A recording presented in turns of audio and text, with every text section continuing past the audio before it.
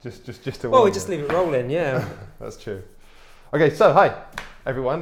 Bit of a different video today. We're going to have a little chat with my buddy Al, who's come in to talk tattoos and his experiences, and let's see what you've got to say. So, how's it going? Yeah, good man. Thanks for inviting me down. It's nice to be in East Dulwich. Thanks for coming in. Makes it a change to Shoreditch, doesn't it? Yeah, for sure. I've definitely done my time there as well. So it's all good. It's a lot quieter. It's a lot quieter, yeah. But anyway, so obviously we met years ago, playing in bands. Yeah. And like 17 years ago or something, I think it was. Christ. Yeah. So no, it'd be more than that, because I started playing guitar when I was 14, and I think you're 1 year older than me. Yeah. And I think when I was about 15, I think we met in Leytonstone. So, and I'm 35 in March. So 20 years, 19, 20 years, yeah. So yeah, there's a few years behind us. Right? Yeah, okay. yeah. That's bonkers. Yeah, so obviously, as you say, we met, played in bands for a while, guitar, drums, natch, and started getting some tattoos. So, I mean, what was your tattoo journey? Was it the same as mine? I mean, I got inspired by the punk bands that I was listening to, and seeing skateboarders and stuff having tattoos. And yeah. What was your journey? I don't know. It's a really interesting question. I don't think I've ever thought about it, or consciously anyway. But I guess, when obviously we're talking about like those teenage years when we first met, and when you're kind of like 14, 15, that is the age where you really start to define who you are as a person, or the kind of person that you want to be. Yeah. And you kind of realise what you think is cool, and the routes you want to kind of go down. And so I very much remember the moment when something kind of clicked for me, and it was watching TFI Friday, and I was 14 years old. Oh, really? Yeah. Because when growing up, I guess in the 90s, kind of mid to late 90s, going to school in East London, everyone was kind of listening to R&B where I went, and jungle and stuff like that. That was kind of the culture as a teenager, and I knew that I was never into it. But you kind of just pay a bit of lip service because it's it's your schoolmates and all that. But watching TFI Friday as a young teenager, and obviously the thing was they'd always have indie and rock bands on, and it was funny enough, it was Aerosmith. I was about to ask, was there one defining moment? Yeah, right? So there's one episode. It was Aerosmith, and they just the album, I think it was called Nine Lives. I think it was how old would I have been? Like nine. I think it was like 96 or something. The album was released, and it clicked. I was like, this is what I'm into. This is cool. And then from there, I decided I wanted to play guitar. So I went to Walthamstow Music. So you'd never heard this before. We've known each other over 20 years. Yeah. This is my story. Walthamstow Music was our local music shop. So I bought a Squire Stratocaster, like 120 quid or something, with a 15-watt practice amp, and that kind of got me on that journey of like guitar music, rock music, punk rock, and that whole thing. And I guess that's how we met. 13 or something at that point. So 14 I was when I started playing guitar, and I think we would have met when I was maybe like 15 or something. So I started my first band. For a year when I first met you. Yeah, I literally it was literally one of those things where it's it's just like, let's pick up a guitar and play in a band, and a few people. I don't know if you remember Joe Patriga, obviously Gareth, of course. Martin Ward. There was these three guys that we all went to school together, and we were all kind of had the same kind of mentality. Yeah. And it's like, let's all play in a band together. So we told Gareth to play bass. Because me and Joe, a lot of bassists I think end up playing bass that way. Me and Joe played guitar. Martin had bought a drum kit, or knew that he wanted to play drums, bought drums, and Gareth was into stuff like Symposium and those kind of bands, and so we just play the bass, man, because you're like 6 foot, and that's what bass players look like. And he did, and that was our first band, and that's when obviously we met. And I guess how that transitions into tattoos. I was never on a skateboard. I was just playing guitar, and that was part of that. I guess that culture. It was just the music for me, not the skateboarding, but. I'm trying to think when I got my first tattoo. I don't know, late teens. So I can't even remember. I mean, obviously I did it for you, but yeah. So Nick's done all of my tattoos. But yeah, I think it's just one of, like you become part of a specific culture, and like you become a group of friends, and I think this is the truth. People start getting tattoos, and it's like that's our culture, and that's what we're going to do. I always sort of think that tattoos can sort of sit at the centre of a Venn diagram, and you can have music, skateboarding, whatever that kind of those cultures around it, and where the overlap is, it seems to nestle in there. So as you say, although you weren't into skateboarding, some of my other friends that I was skateboarding with, and other people that I'll be chatting with as well later on, that's going to be their background, their culture is coming to it from that angle, but it seems to nestle in the middle there. You're totally right. All those things do overlap, because like it is, I guess we could refer to it as maybe like an alternative subculture or something. Yeah. Definitely at that time as well, because it was guitar-based music, rock music, whatever we want to kind of frame it as, wasn't popular really at that time. Like the stuff that was in the charts. It wasn't in the charts. It was Limp Bizkit and Papa Roach. But I mean, like, popular in terms of popular culture. Yes. Like, but that's whereas now, like, all genres of music are popular and all being mashed up. But back then, it was very genre specific. People were into different things, and what you listened to dictated what your fashion was, and dictated who you was. And well, that's youth culture as well, isn't it? Yeah, totally. That sort of goes hand in hand with the nature of youth culture, is that you become defined. Yeah. And as you say, it's part of that process of kind of figuring out who am I. Yeah. And I think that it might be fair to say that once you kind of have answered a few of those questions, then you might say, well, maybe the kind of person I am is someone that wears tattoos. For sure. That doesn't have to be that, like, it's part of the process of figuring out who you are, but it's maybe towards the end of figuring out who you are. Yeah. Maybe. And it's almost like you can think of like brands that we buy and shoes that we wear, and like you're talking about skateboarding, like everyone wore skate shoes, whether you skateboarded or not. True. Vans or DCs or Etnies or whatever it was. So, the brands you wear and, the way you portray yourself visually, tells a story about who you are as a person, right? Definitely. And tattoos play a part in that leads on to, I think, a relevant question, which is, why did you choose these tattoos in that case? Right. So let's start with the first one, which is right here. So this was my guitar arm. So I'm a right-hander, so people would always see that when I was on stage. And it says Big Al, and Big Al was and always has been my nickname. That's who you are. Yeah, That's just who you are. I'm about 10.5 stone now. I'm like the lightest I've kind of ever been, but I was about 14 back in the day. Good. Thanks, man. Well, I cut booze out of my diet. I was quite. I'm short, but I was quite a big dude. I was fat. Well, I mean, for one way of putting it. But to be fair, we were listening to a lot of NoFX, and there was Fat Mike in NoFX, and you were the singer in your band, so people seem to put us together, which was fine. I took it as a compliment. But yeah, like Big Al, that was everyone called me Big Al, and I guess that kind of made sense for me. Let's just brand myself Big Al. That was my brand. We're talking about brands and stuff, and so that's where it started, really. And it's still part of your story. Yeah, it is part of my story, and I think you charged me 50 quid for this. Thanks for that, man. Hey, it's a good deal. bargain. Yeah. Inflation has happened, just so you all know. Yes, mates rates. So that was the first, and that was in Cult Classic in Romford, where he was working at the time. I'm trying to think. Maybe I was about. I think I was in my early 20s. If I remember rightly, like 2021, something like that. Yeah. And I don't have lots of tattoos. I have 5, so 4 on my arm, 1 on my leg, and I got them all done within like a couple of years. Yeah. So I think if I got the first one, let's say at 20 years old, then they was all done by 22, 23. And as I've mentioned, I'm just turning 35. So yeah, it's been a while, but there isn't any. I was going to say that I think that's an interesting part of the reality and the story of wearing tattoos as well, is that although you can get them done in a relatively short space of time, and of course they're relevant for that window in your life, and they're relevant based on what's happened until that point, is it fair for you anyway, I know it is for me, to say that, okay, well, I got these done 13, 15 years ago, but they're still relevant now. They're still telling my story. They're still part of who I am and where I've come from, and also where I'm going. Yeah, definitely. I remember our friend Paul said something similar, and he's got lots and lots of tattoos, and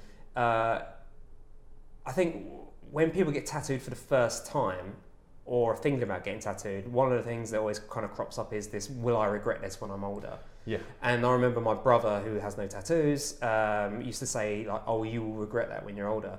And even if I do, right, even if I do regret it, I think what is significant is it captures a moment of time. Yeah. And it's a reminder, you know, it enables this conversation, and it makes me think about like the story that it kind of led up to it and everything. So it is capturing that moment in time, capturing where your head was at in that moment in time. Yeah.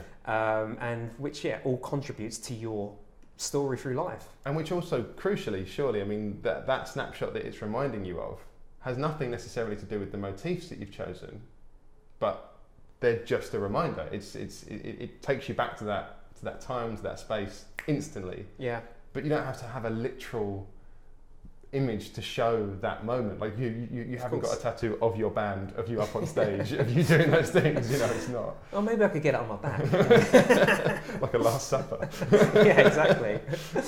Like completely. And I think generally speaking, you should always remember the reasons why you got those tattoos and what inspired those tattoos, and that enables, I guess, a story that you can always tell people. Yeah. You know, no matter how old you are or how long ago that tattoo was. And of course, part of that story that you're going to be telling people, it's not only about the moment, but it's also about what it was like getting tattooed as well. So what the experience was like, and what led up to that, and what the environment was like you were tattooed in, because all that stuff's going to be there still. I mean, you don't think about it every day, but when you start thinking about your tattoo, it takes you back to where was I and who was doing it and what was that like. So the next thing I'd like to ask you is, I mean, if you were to go back and have the experience again, based on your knowledge now, is there anything that you would change, or is there anything that you would advise yourself on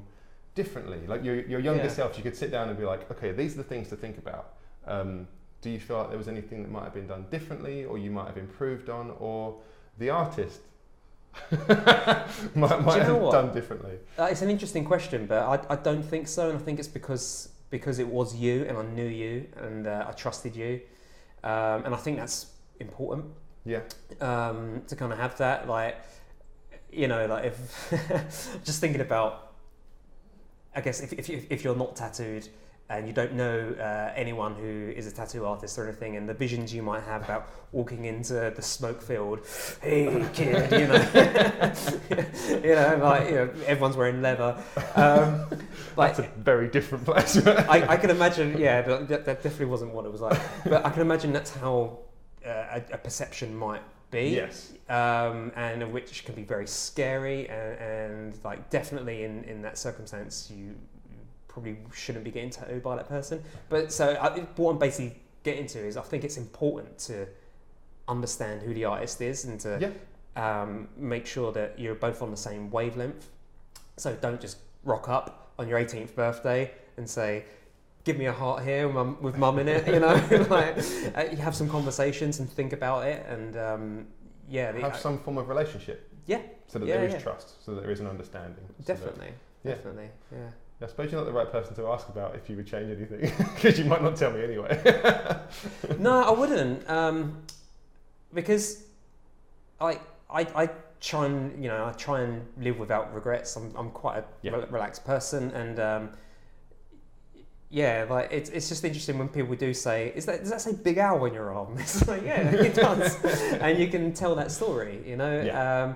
And I'm quite, you know, I enjoy life, and I like talking to people about anything really. So it is just nice to kind of be able to have that conversation and tell people about what your life was. Like I'm a dad now. I've got 2 boys and a third baby on the way. Yeah. So I'll meet lots of people from lots of different backgrounds, and they think differently, and they, you know, from different cultures from when they grew up. Maybe they were the guys that were into R&B, you know. So which is okay. That's okay. It's completely fine. You know, Casey and JoJo. But yeah, you know, but they would have never maybe have been in the circles that we were in. Yeah. So to be able to then tell those stories about your youth is quite fun.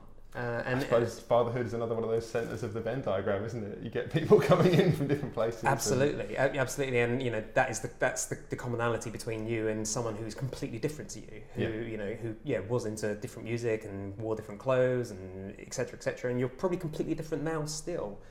But you can obviously talk about children and things like that. I've had those conversations before, and people are like, well, what's it all about? Does it hurt? You know, all of those typical questions.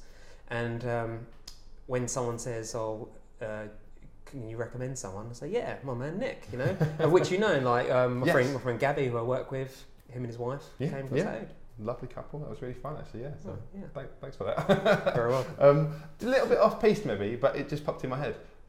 What are your thoughts on your sons getting tattooed? I mean, they're babies right now. Yeah. But is that a conversation? Because obviously your wife's tattooed. I've tattooed your wife. That's right. Yeah.